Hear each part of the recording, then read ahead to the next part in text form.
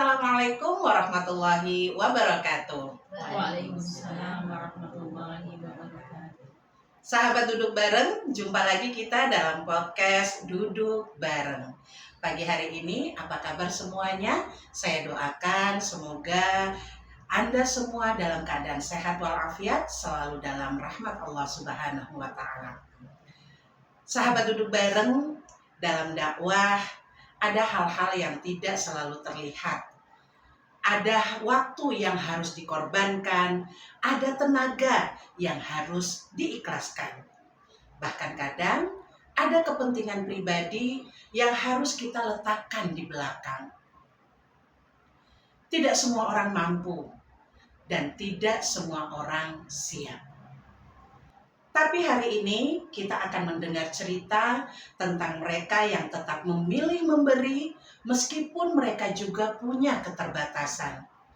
Karena mungkin berkorban itu bukan tentang siapa yang paling banyak memberi, tapi siapa yang tetap memberi meskipun terasa berat. Saya Raudatul Jannah. Pagi ini akan membersamai Anda semua untuk bersama-sama mendengarkan kisah perjalanan pengorbanan dua orang teman dari Korps Mubalighot PCA Bantul. Bersama kami di podcast Duduk Bareng. Baik, sebelum kita lanjut kepada obrolan ya, pagi ini sudah hadir bersama saya dua orang rekan saya dari Korps Mubalighot Aisyah PCA Bantul. Nah, saya mau tanya-tanya dulu sebentar ya, supaya dalam hal ini untuk bisa mengetahui siapa mereka sebenarnya. Telah hadir di sini ya, ada Mbak Sarjiatun dan juga ada Mbak Nuzatul Inayah. Apa kabar keduanya ini? Ceritanya keduanya ya, resmi banget. Oke, kita santai aja, nggak perlu merasa tegang atau gimana, santai kita ngobrol ya.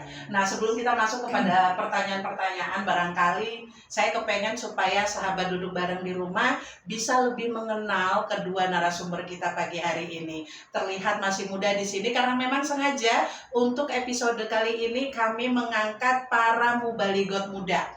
Karena di lapangan yang terjadi biasanya ya, karena masih muda biasanya itu ada di level-level labil.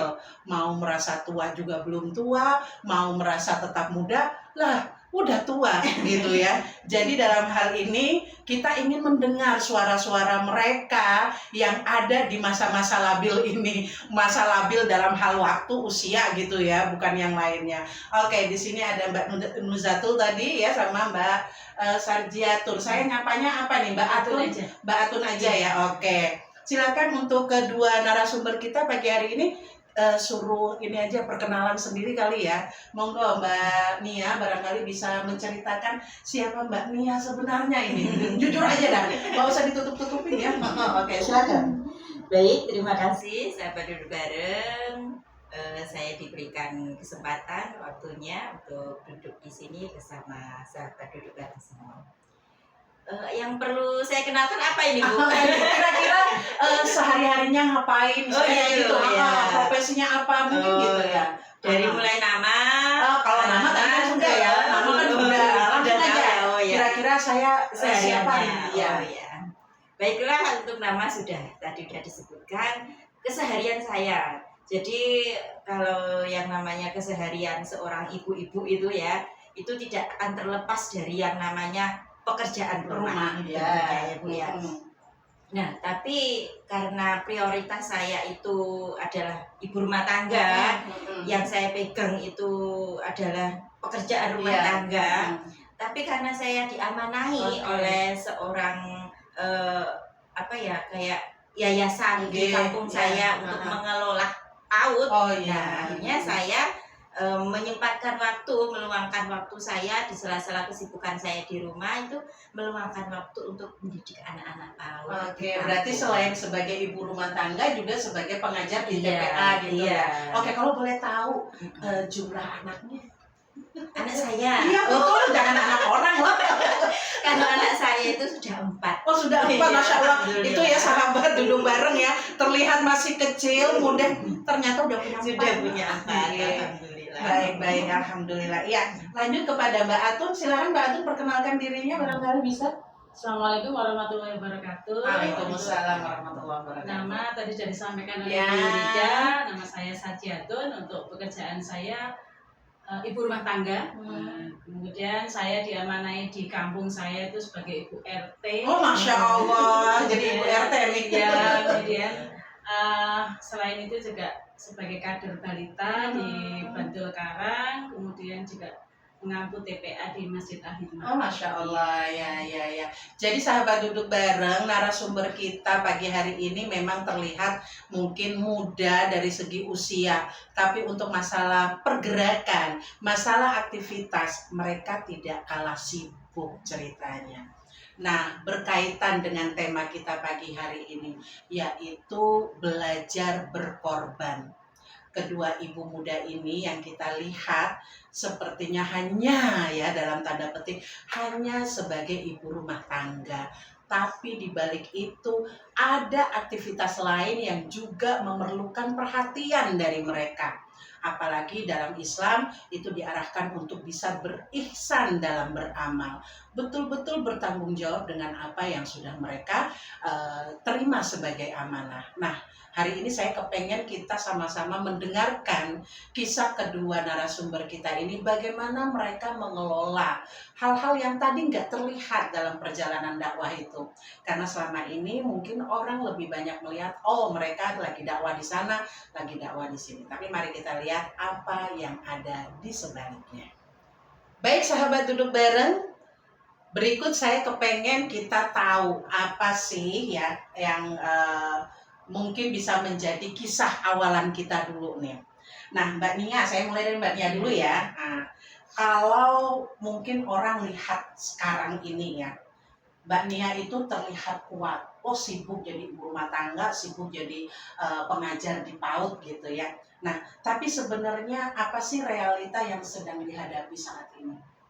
Dalam dakwah itu kira-kira apa yang menjadi sesuatu yang sebenarnya berat untuk dilakukan, tapi saya harus tetap jalan gitu. Monggo.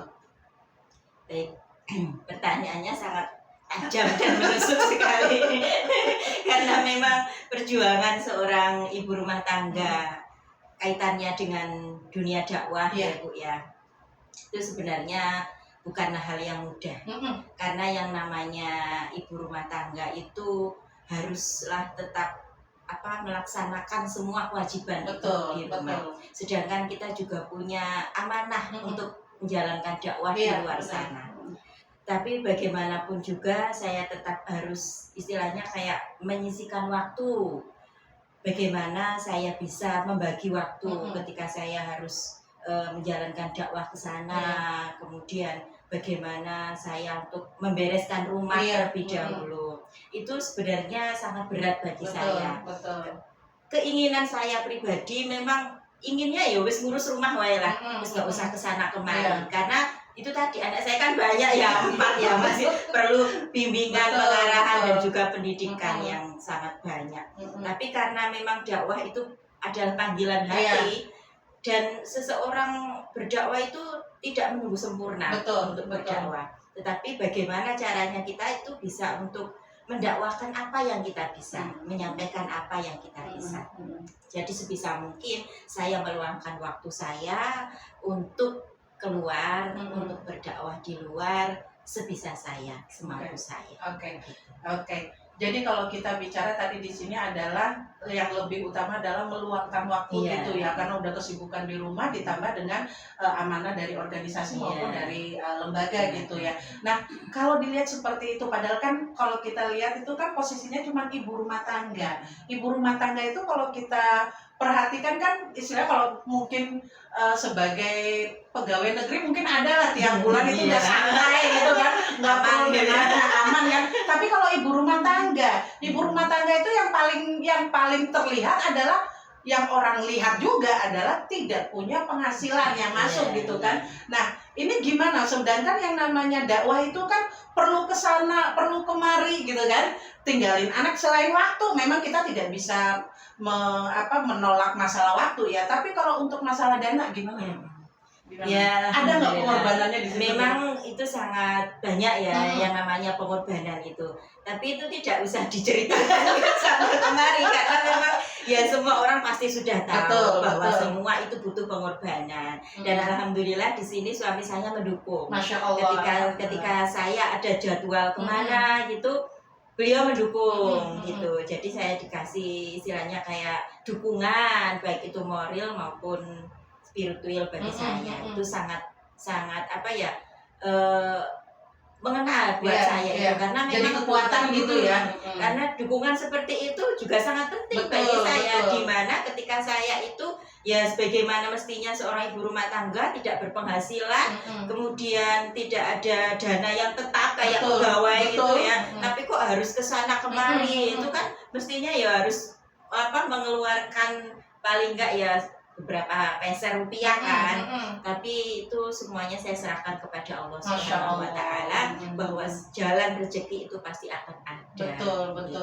Jadi di sini mungkin bisa dibilang bahwa yang namanya korban waktu Iya. korban dana Iya. korban tenaga juga Iya. gitu kan. Tapi kalau untuk semua itu kita dihadapkan dengan 3 saya jadi merinding ini ya. 3 persoalan tadi, dana, waktu, tenaga seperti itu ya. Ada nggak kira-kira momen di mana Mbaknya itu merasa aku tuh rasanya udah gak kuat lagi gitu loh. Ada nggak pernah punya momen seperti itu? Kalau momen seperti itu, alhamdulillah saya tidak pernah merasakan. Karena memang semua jalan yang saya lakukan saat ini memang itulah pilihan saya. Masya Allah. Pilihan saya seperti itu.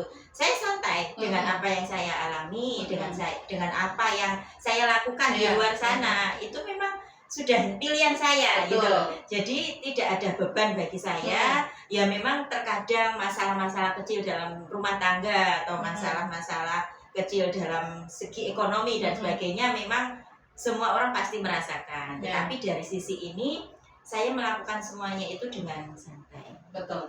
Jadi tekanan-tekanan seperti ekonomi dan sebagainya itu ya itu sebenarnya menjadi urusan ujian. Mungkin disebut dengan ujian gitu ya, ujian dakwah bagi setiap orang. Iya.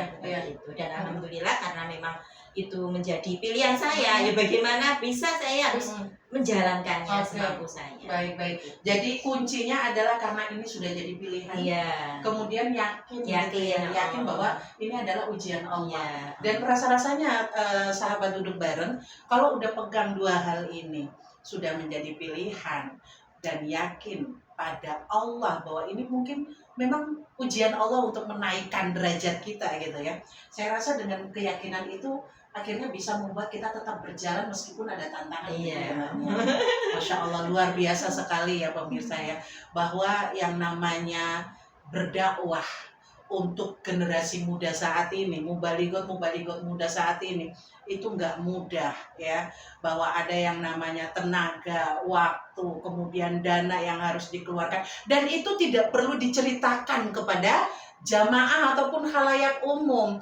Cukup mereka lihat bahwa kami berangkat gitu loh, kami dakwah gitu kan. Jadi Masya Allah sekali, ini sangat luar biasa. Dan pegang 2 hal tadi, sudah menjadi pilihan, bertanggung jawab dengan pilihan itu, dan yang kedua percaya bahwa ini adalah ujian dari Allah. Dan tentunya kalau sudah punya kepercayaan itu, kita percaya juga bahwa ketika kita menolong agama Allah, maka Allah akan menolong kita gitu ya, dari berbagai arah gitu ya. Masya Allah, luar biasa sekali. Ini kalau saya teruskan mungkin tidak akan selesai 1 jam ya, sahabat duduk bareng. Tapi kita masih punya 1 narasumber lagi yang tentunya tidak kalah menarik, yang bisa kita dengarkan ceritanya. Saya akan langsung beralih kepada Mbak Atun, yang ini juga tentang pengorbanan, Masya Allah ya. Oke, Mbak Atun. Saya kepengen tahu nih, kalau boleh jujur ya, jujur aja nggak apa-apa ya. Ini kan Mbak Atun tuh ceritanya belum pernah berdakwah bilisan, ya kan? Tapi ketika berada di Korps Mubaligot, Mbak Atun itu seolah dipaksa untuk berani berbicara, bahkan sampai harus ceramah gitu. Nah, pertama kali diminta terlibat dalam dakwah, apa yang Mbak Atun rasakan saat itu? Awalnya ya grogi, Oh, grogi. takut, gitu. Heeh. Tapi tidak mau apa ya, membuat orang lain kecewa. Jadi istilahnya ya saya terima dulu gitu. Hasilnya nanti terserah nanti hasilnya bagaimana. Yang penting nanti saya berusaha untuk melaksanakan tugas dari Korps Baligot. Oh, Masya Allah. Jadi walaupun ada punya rasa takut Iya. kayak gitu, tetap Iya. ya wes tak terima aja dulu Iya, gitu ya. iya. Jadi sambil belajar Iya. gitu ceritanya ya. Walaupun mungkin entah kayak apa nanti jadinya, sing penting tak tompo se. Iya. Baik, Masya Allah. Nah, apa yang pada saat itu Mbak Atun rasakan yang membuat Mbak Atun merasa sajane aku ki ora pantas gitu, belum pantas gitu loh. Ada nggak punya perasaan kayak gitu? Iya, ada seperti itu. Cuman kalau masalah ilmu agama itu memang agak kurang ya, mungkin belum menguasai seperti ustaz-ustaz yang lain. Iya. Jadi dalam hati saya itu takut saya itu belum pantas untuk menjadi seorang ustazah, karena saya sendiri juga dalam ilmu agama belum begitu menguasai semuanya. Masih belajar gitu Masih ya. belajar gitu. Dan yang kadang yang kita bikin takut dan grogi itu yang kita hadapi ustazah-ustazah semua. Masya gitu. Allah. Jadi kadang ada rasa minder gitu loh. Ada rasa minder, saya takut salah, takut menggurui seperti itu. Jadi hal-hal seperti itulah yang Iya. membuat merasa tidak pantas Iya. gitu ya, berbicara di depan istilahnya senior Iya, gitu senior, kan, iya. memberikan nasihat Iya. loh, padahal ilmunya juga belum pantas iya. gitu. Baik, kalau sudah punya perasaan seperti itu, tapi tadi kembali merasa nggak pantas, tapi kok ya tetap jalan gitu loh. Karena juga ada panggilan untuk dakwah juga. Oh, Masya Allah. Iya, Iya. walaupun satu ayat kalau bisa kita sampaikan gitu. Betul sekali, Masya Iya, Allah. jadi- Lo merinding saya jadinya, Masya Allah. Kalau tadi tergantung apa ya, apa yang kita sampaikan. Kalau saya sebenarnya kalau di masyarakat biasa tuh kalau menyampaikan hal yang lain tuh nggak grogi. Yang tidak terkait dengan agama gitu Iya, ya. itu kayak udah biasa gitu. Tapi kalau masalah agama benar-benar dalam hati tuh ada kayak beban gitu. Betul, ada betul. nggak bisa los gitu loh, ada groginya, ada takutnya. Betul. Jadi mungkin perasaan tidak pantas itu menjadikan grogi gitu ya, menjadikan grogi, tapi tetap melangkah karena Nabi sudah menyampaikan, sampaikan walaupun satu ayat gitu ya. Masya Allah, luar biasa loh itu prinsipnya, itu memang harus dipegang seperti itu ya, sahabat duduk bareng, bahwa kita hidup ini memang tujuannya ya salah satu diantaranya adalah menjadi khalifah.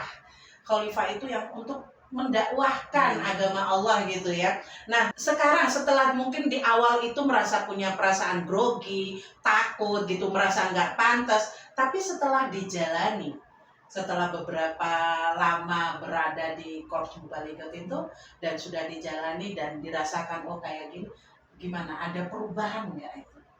Ada sedikit perubahan, jadi ada sedikit keberanian untuk Gitu. bisa tampil, walaupun belum maksimal, Iya. karena masih dalam proses belajar. Betul. Terus ada apa ya? Teman-teman tuh ada memotivasi Tetap gitu, saling mendukung gitu ya. Gitu. Juga ada kayak kemana-mana awal-awal juga apa saya mundur aja ya, kayaknya saya nggak pantas gitu ya, belum pantas untuk masuk di Korps Baligot gitu. Tapi Bismillah gitu, mungkin perlu berproses dulu, Iya, bisa bersama-sama berdakwah di Korps Baligot. Masya Allah ya, baik, terima kasih sekali ya. Oke, menarik sekali ya sahabat duduk bareng bahwa dua narasumber kita ini, yang satu sedang berjuang dalam kesibukannya sebagai ibu rumah tangga dan juga pemegang amanah lainnya, yang satunya sedang berjuang bagaimana mengelola hati bahwa yang dari belum pantas menjadi yuk lebih pantas gitu ya. Dan kita bisa melihat bagaimana keduanya tetap melangkah dengan kesadaran, dengan keyakinan bahwa Allah pasti menolong ketika kita menolong agama Allah, dan bagaimana kita menyampaikan walaupun satu ayat. Nah, podcast pagi ini memang kepengen untuk menggali semua yang mereka rasakan sebagai orang-orang yang baru didengar suaranya di dunia dakwah ini. Kita tidak ingin menilai bahwa yang berdakwah itu harus yang sudah sangat sempurna, apalagi untuk saat ini yang namanya dakwah itu bisa lewat mana saja gitu ya, bisa lewat lisan, bisa lewat perbuatan, bisa lewat harta yang kita punya. Dan disinilah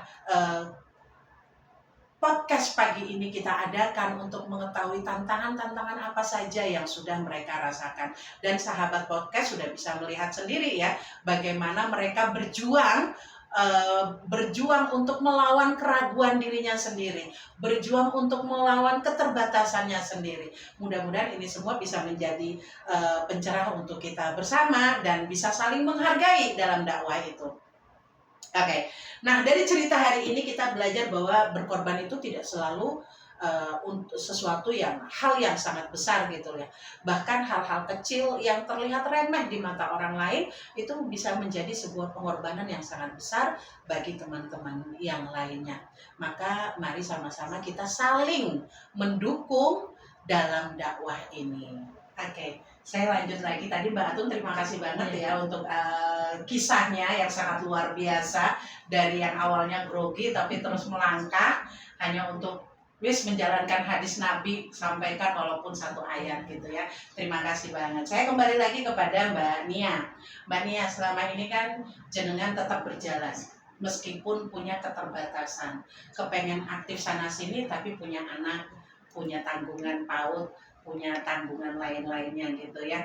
Maka bisa nggak diceritakan, ada nggak sering merasa punya perasaan yang kepengen diceritakan kepada siapa, tapi kok kayaknya siapa yang bisa dipercaya kayak gitu, pengen sekadar curcol aja, ada nggak punya keinginan kayak gitu? Iya. Iya, ada. Padahal kan kalau dilihat biasanya orang melihatnya tuh kalau penceramah mubalighah itu kayaknya udah selesai masalah gitu, nggak ada yang perlu diceritakan atau istilahnya dicurcolkan gitu kan. Nah untuk Mbak Nia sendiri gimana? Ya, yang namanya orang ya mesti ada yang namanya masa-masa ingin cerita, apalagi ketika masa-masa sulit itu ya, koyoke wis mentok tuh ya, wis renore kok isih koyong ini, betul. Gitu ya. Itu memang harus ada seorang yang ingin saya ceritakan. Tapi kadang saya juga milih-milih iki arep cerita pada sapa ngono to. Iya nek sing diceritani mau gelem ngrungokke. Nek ora lak mikir apa iki ngono yang diceritake ngono to. Malah bikin beban ke orang lain gitu ceritanya. Itu. Ya sekedar sharing-sharing aja. Misalnya tadi saya itu habis dari sini loh kayak gini ceritanya ini gitu aja kalau sama teman-teman gitu. Sebisa mungkin tuh kalau saya ya itu menceritakan apa sesuatu kepada teman itu yang seneng-seneng. Betul. Sing susah-susah kita tak dhewe wae. Sing api-api itu tak ceritakan sama teman, sekedar seru-seruan. Mungkin kalau yang sedih-sedih yang sekiranya seseorang itu nggak perlu tahu, ya wes lah nggak usah ceritakan gitu. Supayanya apa ya, untuk memotivasi teman-teman juga bahwa oh ternyata berdakwah itu seru, senang gitu loh. Tidak ada yang susah kalau kita itu punya niat, punya tekad itu kita jalani dengan santai dan enjoy itu sebenarnya nggak ada yang susah. Betul. Dan itu sebenarnya nggak mudah loh ya, nggak mudah untuk istilahnya bahwa sebenarnya kita tuh ada punya tanggungan, ada punya hati yang perlu dilonggarkan gitu, tapi karena kondisi atau mungkin apa yang dilihat orang akhirnya membuat kita tuh harus bertahan dengan wes aku bahagia gitu kan, aku bahagia gitu. Nah itu ada nggak titik dimana merasa bahwa aku kisah aja nih orang capek fisik, nih hatiku yang capek gitu, ada nggak kayak gitu? Ya pernah merasakan seperti itu ketika kita sedang berdakwah. Apalagi kita di sebuah organisasi, ada orang-orang yang sekiranya itu tidak mau menerima kita dengan adanya pendakwah muda, istilahnya seperti itu. Itu terkadang membuat hati kita itu kayak down, itu kayak nggak dihargai gitu. Betul. Ketika kita sedang melakukan pergerakan kemudian tidak ada penghargaan istilahnya, tidak diterima di dalam sebuah organisasi, itu terkadang membuat hati kita itu down. Tapi yang bikin capek hati, bikin capek hati. Bukan hanya fisik yang kita capek, karena yang namanya capek fisik itu Bisa dengan tinggal istirahat, rebahan sebentar 5 ya. menit gitu udah selesai ya. Hmm. Tapi kalau untuk sudah mengena ke hati itu rasanya memang agak sulit. Itu agak lama pemulihan seperti itu. Wah, pemulihan. Istilahnya ya kayak gitu. Perlu segera ke IG. Padahal nggak ada obatnya itu. Nggak ada Obatnya kayaknya shopping deh. Iya, jalan-jalan gitu ya. Jadi di sini memang betul-betul menunjukkan bahwa yang namanya mubalighah, namanya penceramah itu juga cuma manusia biasa gitu ya. Iya, Manusia biasa yang punya konflik batin, Iya. punya kelelahan fisik, yang itu sebenarnya juga sakjane butuh ditolong juga Iya. gitu nggak?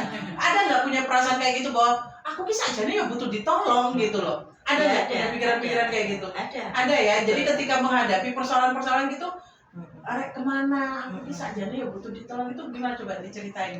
Hal-hal kayak apa yang membuat sampai seperti itu? Iya. Ketika seorang pendakwah itu merasa tidak dihargai, itu sebenarnya kita butuh seorang penolong. Istilahnya cuma butuh teman. Teman Untuk menguatkan. untuk menguatkan dakwah kita, untuk menguatkan langkah kita bahwa kamu itu bisa, kamu itu mampu untuk melakukan seperti ini. Nggak apa-apa, jalan aja terus. Jalan aja terus. Abaikan yang Ajarin. belakang gitu. Injak gasnya gitu ya.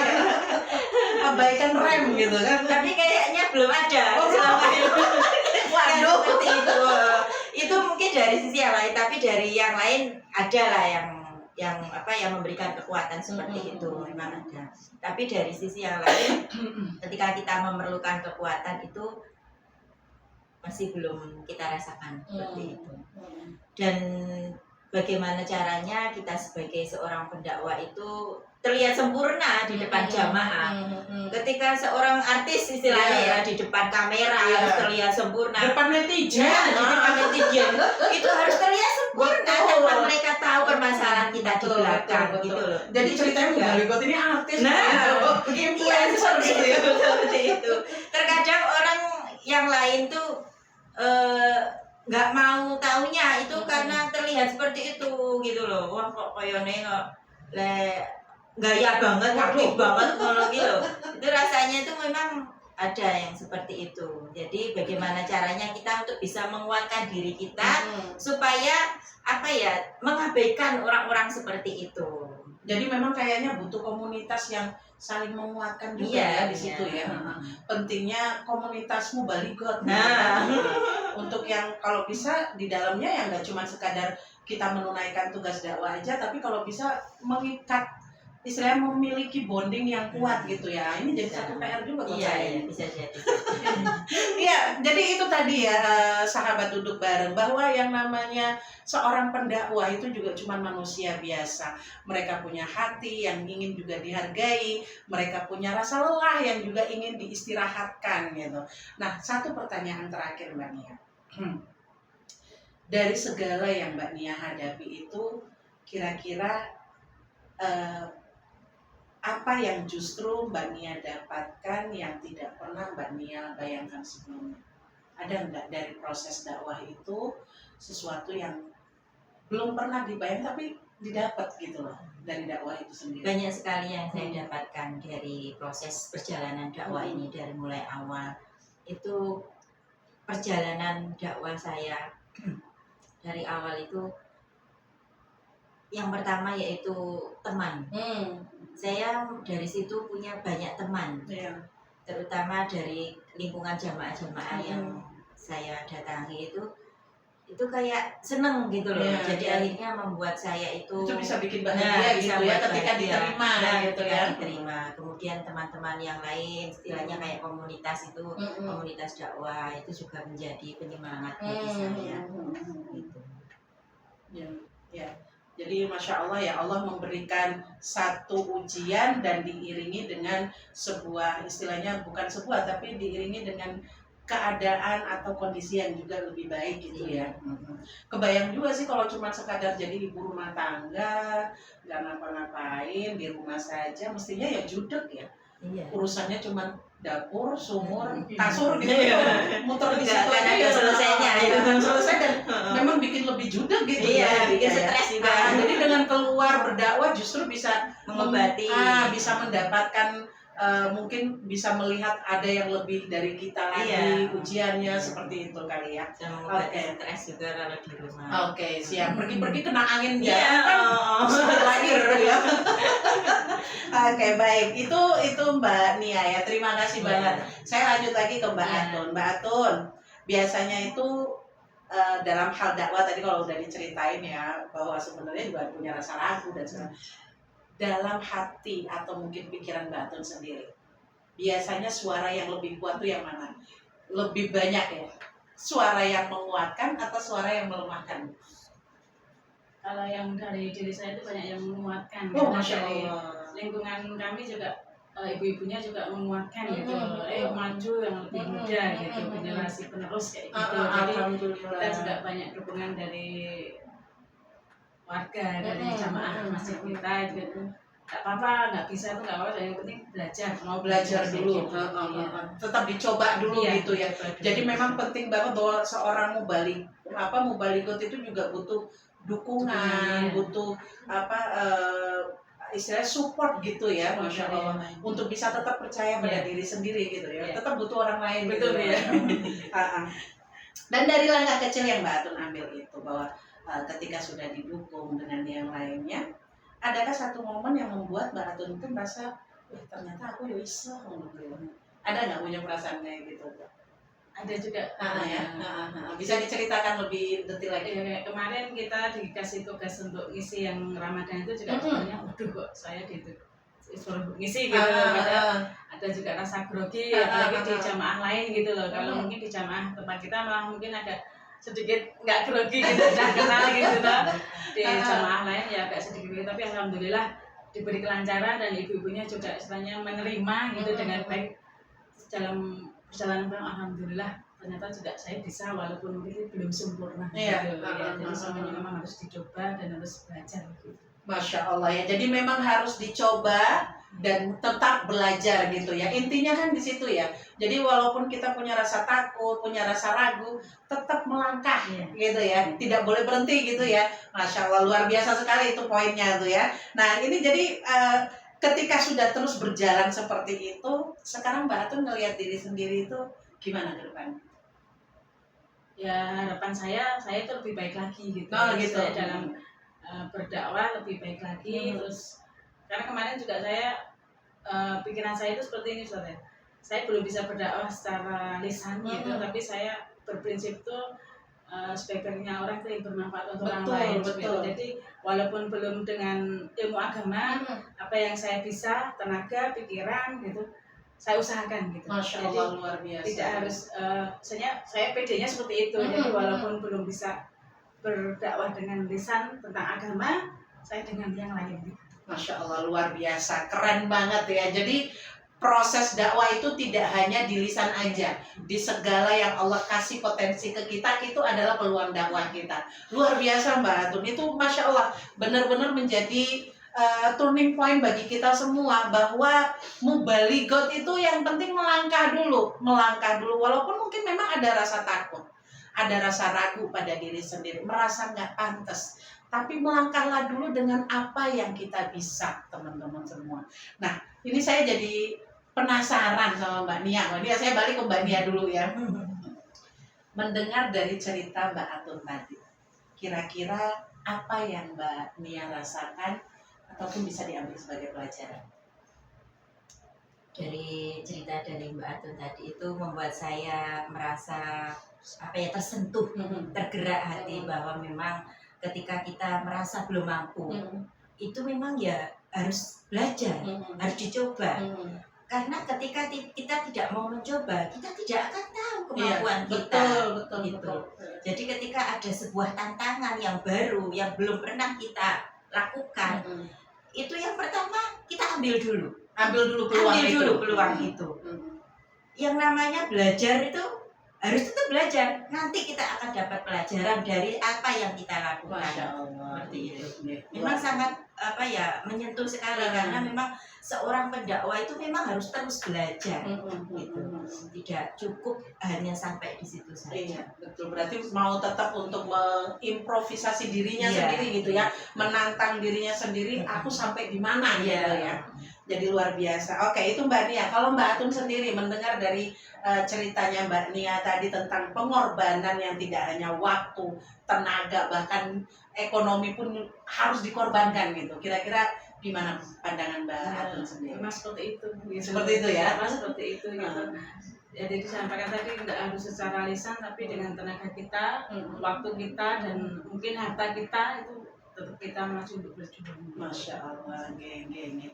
Jadi memang ini luar biasa sekali ya, sahabat duduk bareng podcast kita hari ini. Betul-betul kita bisa jadi punya banyak pelajaran. Kita jadi belajar untuk tidak melihat seseorang hanya dari luaran saja, bahwa ada sisi tergelap atau sisi yang tersembunyi yang tidak pernah mereka sampaikan di halayak, bahwa mereka juga sedang berjuang. Suara-suara orang muda ini kepengen didengar, tapi ketika lingkungan tidak mendukung, mereka semakin tidak percaya pada diri sendiri. Nah, sahabat duduk bareng, bagaimana kita? Apakah kita sudah siap untuk terus belajar, memperbaiki diri kita, untuk bisa menjadi bagian dari dakwah Islam yang berkemajuan ini? Oke, baik. Terima kasih Mbak Nia dan juga Mbak Atun. Perbincangan pagi ini sangat luar biasa sekali. Terus terang saya duduk di sini pun banyak hal yang sudah menjadi catatan saya ya, bagaimana saya bisa lebih istilahnya berempati dengan para mubaligot yang memang betul-betul baru belajar, baru mau bersuara, dan bagaimana pentingnya support tadi ya, lingkungan yang mensupport para mubaligot muda yang untuk bisa tetap terus maju meskipun ragu, takut ya, tidak percaya diri itu ada di dalam diri kita. Terima kasih banyak. Saya ucapkan semoga Allah membalas semua apa yang sudah panjenengan lakukan selama ini dan menjadi amal jariah. Amin ya. Sahabat duduk bareng, dari cerita hari ini kita belajar satu hal, bahwa keberanian itu bukan tentang hilangnya rasa takut, tapi tentang tetap melangkah meskipun rasa takut itu masih ada. Mungkin hari ini kita belum sepenuhnya siap. Mungkin masih banyak ragu di dalam diri kita. Tapi nggak apa-apa. Pelan-pelan kita belajar berani bersama. Terima kasih sudah duduk bareng bersama kami pagi hari ini. Mudah-mudahan Allah memberkahi Anda semuanya. Assalamualaikum warahmatullahi wabarakatuh. Waalaikumsalam warahmatullahi wabarakatuh.